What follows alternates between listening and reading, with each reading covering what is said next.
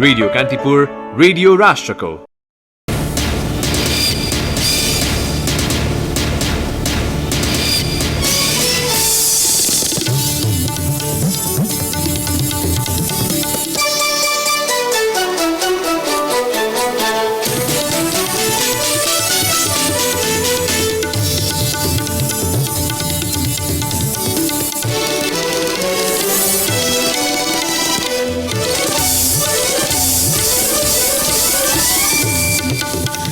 ललिता निवास जग्गा अनियमितता प्रकरणमा भ्रष्टाचारसँगै ठगी र किर्तेको अभियोगमा कारबाही गर्न सरकारलाई सीआईबीको सिफारिस।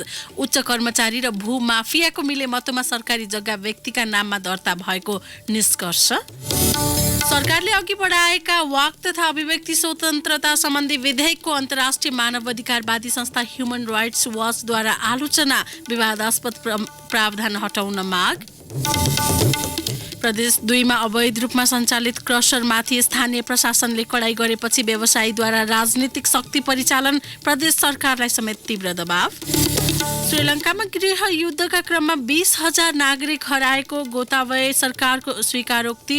बेपत्ताको अवस्था जानकारी दिन माग गर्दै आफन्तद्वारा प्रदर्शन। र ओलम्पिकमा पहिलो पटक कराते खेललाई समावेश गरिँदै टोकियो ओलम्पिकमा नेपाली टोलीले पनि स्थान पाउने आशा। नमस्कार, कान्तिपुर डायरीका साथमा साथी केसु र म इन्द्रलक्ष्मी। समाचार अब विस्तारमा। प्रहरीको केन्द्रीय अनुसन्धान ब्युरो सीआईबीले ललिता निवास जग्गा अनियमितता प्रकरणमा संलग्नहरूमाथि भ्रष्टाचारको आरोपका अतिरिक्त ठगी र किर्तेको अभियोगमा कारबाही गर्न सरकारलाई सिफारिस गरेको छ। भूमाफिया र कर्मचारीको मिलेमतोमा बालुवाटारको 114 रोपनी जग्गा हिनामिनाको घटना अनुसन्धान गरेको सीआईबीले उच्च पदस्थ सरकारी अधिकारी र मालपोतका कर्मचारीदेखि भूमाफियासम्मको मिलेमतोमा सरकारी जग्गा व्यक्तिका नाममा दर्ता भएको निष्कर्ष निकालेको छ। ब्युरोका प्रमुख डीआईजी निरज शाहीले सरकारवादी मुद्दा आकर्षित हुने कसुर देखिएको बताउनुभयो। उहाँले कान्तिपुरसँग भन्नुभयो, मूल त ठगी किर्ते र भ्रष्टाचार भएको देखियो। भ्रष्टाचारका विषयमा अख्तियारले अनुसन्धान गरिरहेकै छ। त्यसबाट ठगी र किर्तेमा पनि मुद्दा चलाउनुपर्छ भन्ने हाम्रो राय हो। उहाँले प्रतिवेदन गोप्य हुने भन्दै अरू विवरण खुलाउन चाहनु भएन। हिजो अबेर अन्तिम रूप दिएको प्रतिवेदनमा जग्गा हडप्न संलग्न सरकारी कर्मचारी, भूमाफिया, ललिता निवासका तत्कालीन भोगाधिकारी, नक्कली मोही तथा सरकारी कागजात नष्ट गर्न संलग्न व्यक्तिलाई मुलुकी ऐन 2020 को मुलुकी अपराध संहिता 2074 अनुसार ठगी र किर्ते सम्बन्धी कसुरमा कारबाही गर्न सिफारिस गरिएको छ। जग्गा हिनामिनामा संलग्न कर्मचारीमाथि भ्रष्टाचार सम्बन्धी कसुरमा समेत कारबाही गर्न प्रतिवेदनमा भनिएको छ, जुन विषयमा अख्तियारले 10 महिनादेखि अनुसन्धान गरिरहेको छ। ब्युरोले तत्कालीन भोगाधिकारी, त्यसपछि किर्ते र ठगी गरेर जग्गा हत्याउने पक्ष र बाँकी रहेको जग्गा हत्याउन खडा गरिएका मोहीसम्मलाई कारबाहीको दायरामा ल्याउन सुझाव दिएको छ। ब्युरोले जग्गा हिनामिना गर्नेमाथि कारबाही गर्नुपर्ने र जग्गा फिर्ता हुनुपर्ने राय दिएको छ। 2075 फागुन 28 मा मन्त्री परिषद बैठकले ललिता निवासको जग्गा हिनामिना गर्नेमाथि अनुसन्धान गर्न ब्युरोलाई जिम्मा दिएको थियो।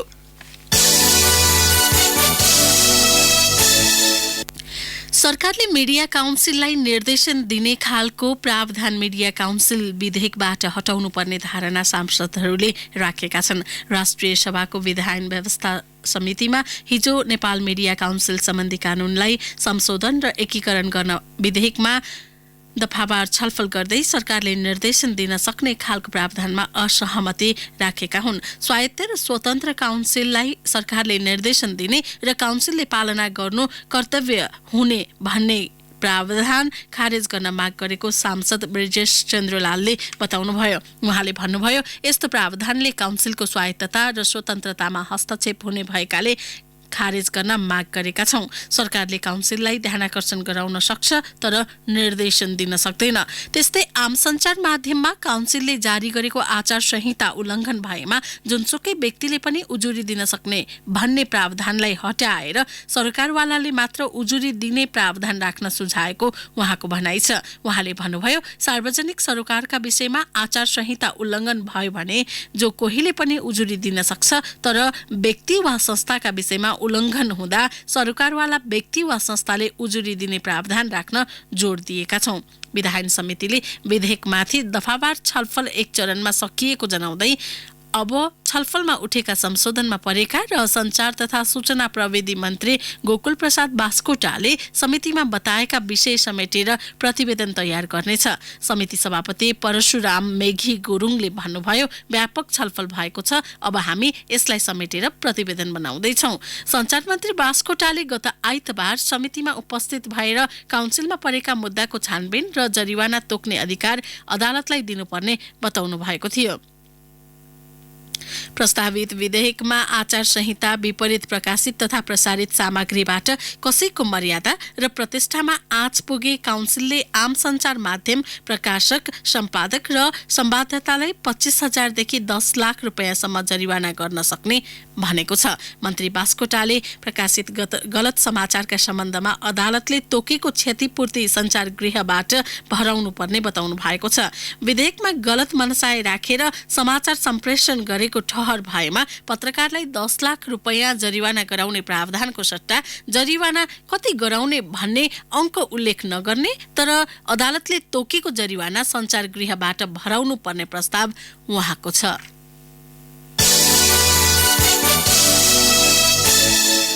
प्रदेश सरकारले अवैध रूपमा सञ्चालित क्रसरमाथि कडाई सुरु गरेपछि व्यवसायीले त्यसविरुद्ध राजनीतिक शक्ति परिचालन गर्न थालेका छन्। अवैध क्रसर निरन्तर सञ्चालनका लागि उनीहरूले प्रदेश सरकारमाथि दबाव बढाउन लागेका हुन्। यसका लागि प्रदेश 2 का व्यवसायीको तदर्थ समिति नै गठन गरिएको छ। समितिको नेतृत्व महोत्तरीका क्रसर सञ्चालक प्रहलाद छेत्रीले गरेका छन्। उनी कांग्रेसका तर्फबाट बर्दिवास नगरपालिकाको मेयर र प्रदेश सभामा उम्मेद्वार थिए। उनको बर्दिवास र भंगाहामा क्रसर उद्योग छ। पार्टी संगठन र क्रसरको कमाईका आडमा सुरक्षा निकाय र जिल्लाका प्रमुखसम्म सहज पहुँच बनाएका छेत्री महोत्तरीमा अवैध उत्खननको नेतृत्व गर्छन्। क्रसर व्यवसायी तदर्थ समितिको सल्लाहकारमा सर्लाहीका शम्भुलाल श्रेष्ठलाई राखिएको छ। कांग्रेस छाडेर तत्कालीन माओवादी केन्द्रमा प्रवेश गरी 2070 को संविधान सभा निर्वाचनमा निर्वाचित भएका श्रेष्ठ 2074 मा माओवादीबाट टिकट नपाएपछि पुनः कांग्रेसमा फर्केका थिए। पूर्व ऊर्जा र पशुपक्षी विकास राज्य मन्त्री भइसकेका उनको पूर्व पश्चिम राजमार्गको फुलचोरमा ईश्वरपुरतर्फ जाने बाटामा सागरनाथ वन विकास परियोजना नजिकै क्रसर उद्योग छ। श्रेष्ठ सर्लाहीमा पहुँचवाला क्रसर व्यवसायी मानिन्छन्।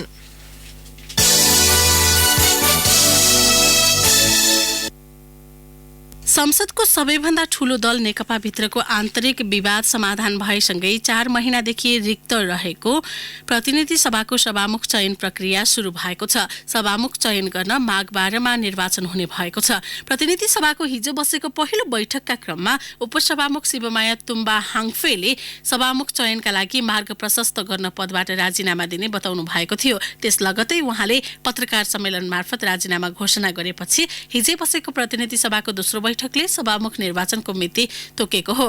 बैठकको अध्यक्षता ज्येष्ठ सदस्यका हैसियतमा राजपा सांसद महन्त ठाकुरले गर्नुभएको थियो। प्रतिनिधि सभा नियमावली 2075 को नियम 7 बमोजिम ज्येष्ठ सदस्य ठाकुरले दिएको निर्देशन अनुसार संघीय संसदका महासचिव मनोहर प्रसाद भट्टराईले हिजो साँझ सूचना प्रकाशित गरी सभामुख निर्वाचन तालिका प्रकाशन गर्नुभएको हो। जस अनुसार आज बिहान 11 बजेदेखि मध्याह्न 2 बजेसम्म बानेश्वर स्थित संघीय संसद भवनमा उम्मेदवारी दर्ता गर्न सकिने समय तोकिएको छ। संसद सचिवालयका अनुसार सभामुखका लागि दर्ता भएका उम्मेदवारको नामावली आज 2:30 बजे प्रकाशन गरिनेछ।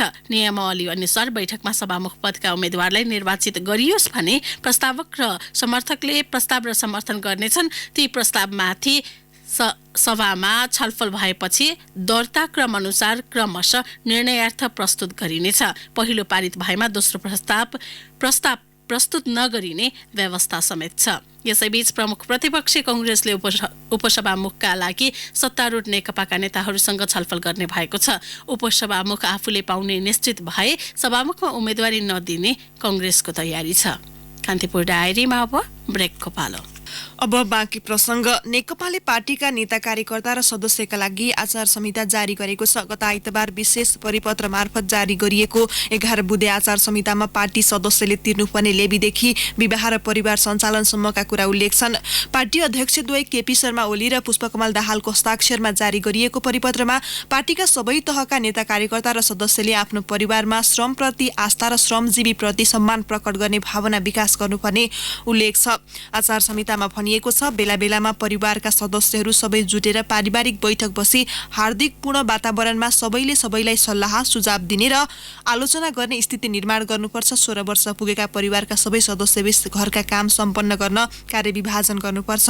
यस्तै आचार संहितामा अरूसँग बोलिने भाषा मर्यादित, सरल र मिठासपूर्ण बनाउनु पर्ने र कसैलाई पनि हेला होचो गर्न नहुने उल्लेख छ। आचार संहिता मार्फत अध्यक्षद्वयले पार्टी सदस्यले आफूमा व्यवसाय वा उद्योग सञ्चालन गर्दा सकेसम्म सामूहिक नेतृत्वमा सञ्चालन गर्न निर्देशन दिएका छन्।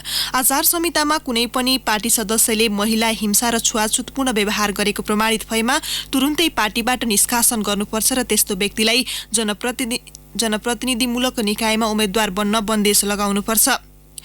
नेकपा नेता कार्यकर्ताले गर्ने आर्थिक कारोबार र लेनदेनमा पनि आचार संहिता केन्द्रित छ। नेकपाले ऋण, सापटी वा आर्थिक लेनदेनमा विचार पुर्याएर काम गर्नुपर्ने, भ्रष्टाचार, कालोबजारी, गैरकानूनी कमिसन, कर छली, अनियमितता जस्ता अपराध नगर्ने, गर्न नदिने तथा आफूसँग प्राप्त सूचना सरकारलाई उपलब्ध गराउन पनि कार्यकर्तालाई निर्देशन दिएको छ।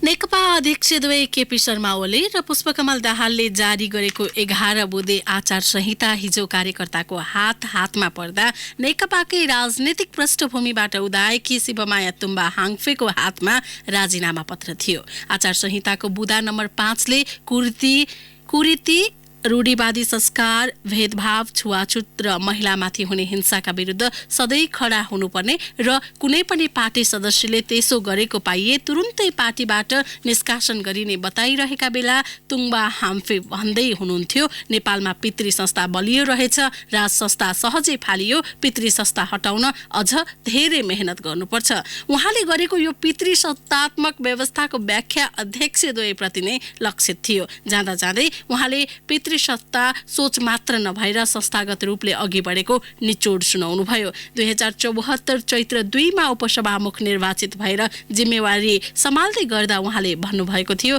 जिम्मेवारी अरूले दिएर पाउने भन्दा आफै लिने कुरा हो।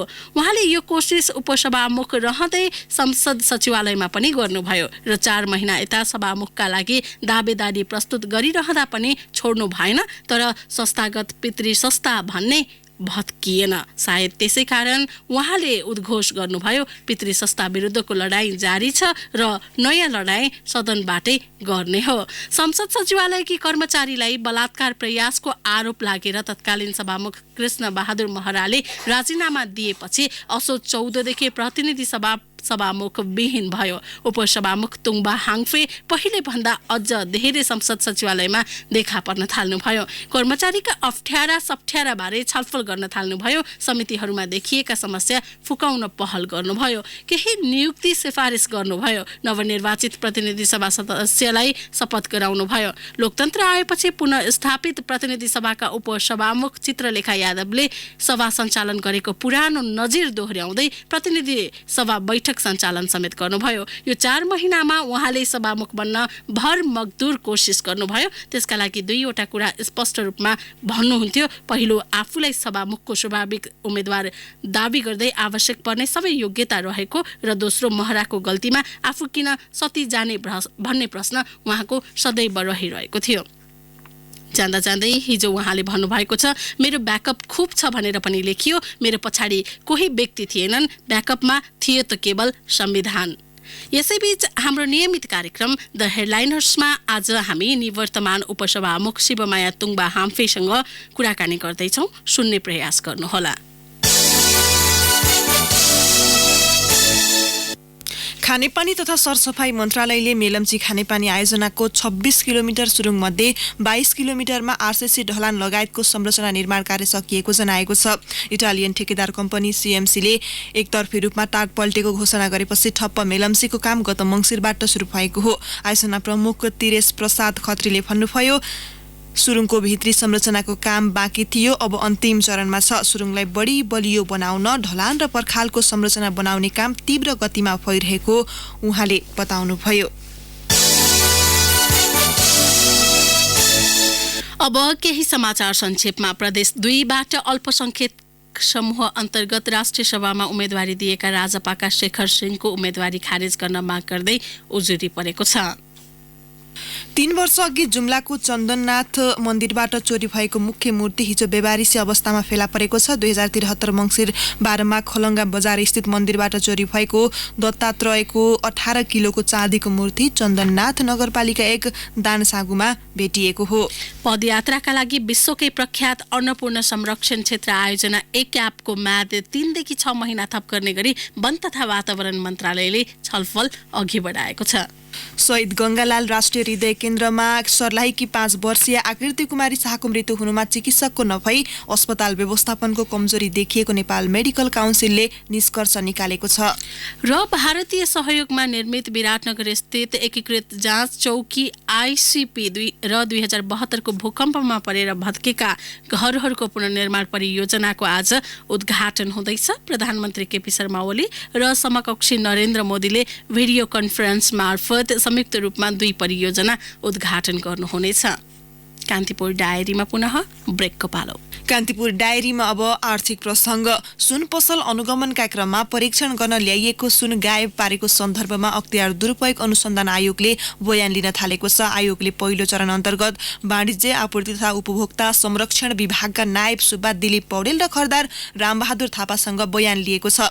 पौडेल र थापाले अघिल्लो आइतबार बयान दिएको विभागले जनाएको छ। अख्तियारले कर्मचारीहरू अनुगमनमा गए नगएको, अनुगमनपछि कसरी सुन ल्याएको, सुन गहना ल्याउँदा मुसुल्का तयार पारेको वा यत्तिकै ल्याएको विषयमा लिखित जवाफ मागेको छ। अनुगमन निरीक्षक र तत्कालीन निर्देशकहरूले परीक्षणपछि सुन स्टोरमा बुझाएको वा आफै लिई गएको, परीक्षणपछि किन फिर्ता नगरेको लगायत प्रश्न पनि अख्तियारले गरेको छ। आयोगका प्रवक्ता प्रदीप कुमार कोइरालाले पनि बयान लिने काम सुरु भएको जानकारी दिनुभयो।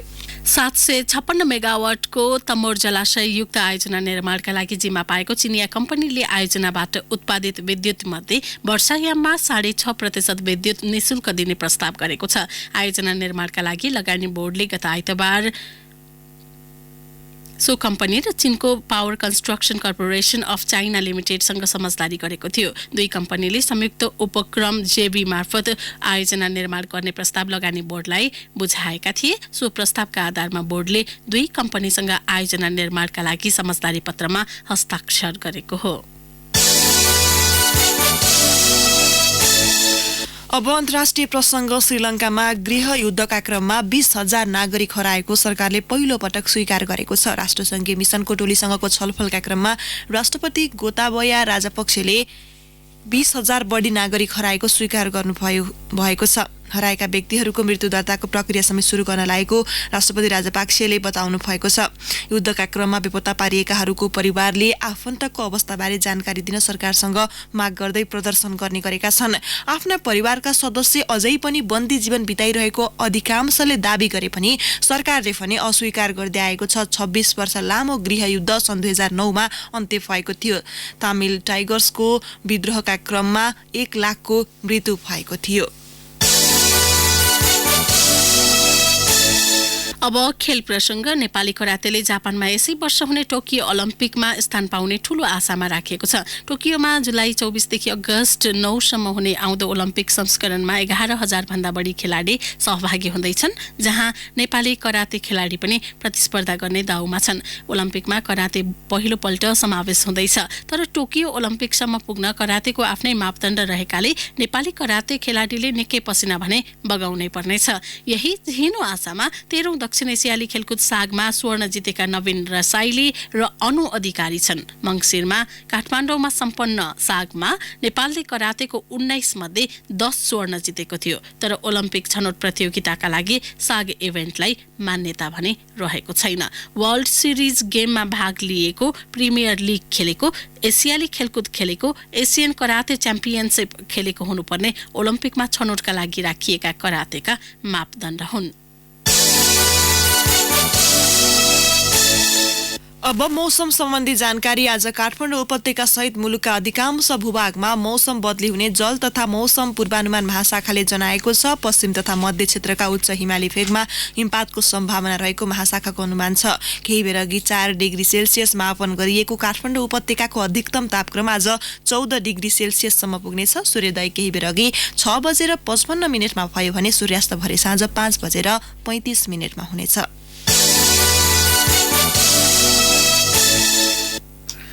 हवस् त यिनै प्रसङ्गसँगै कान्तिपुर डायरीको यो बुलेटिन यही सकिन्छ। साथी केशु र महेन्द्र लक्ष्मी बिदा हुन्छौँ। नमस्कार। सूचना र मनोरञ्जनको संवाहक रेडियो राष्ट्रको रेडियो कान्तिपुर।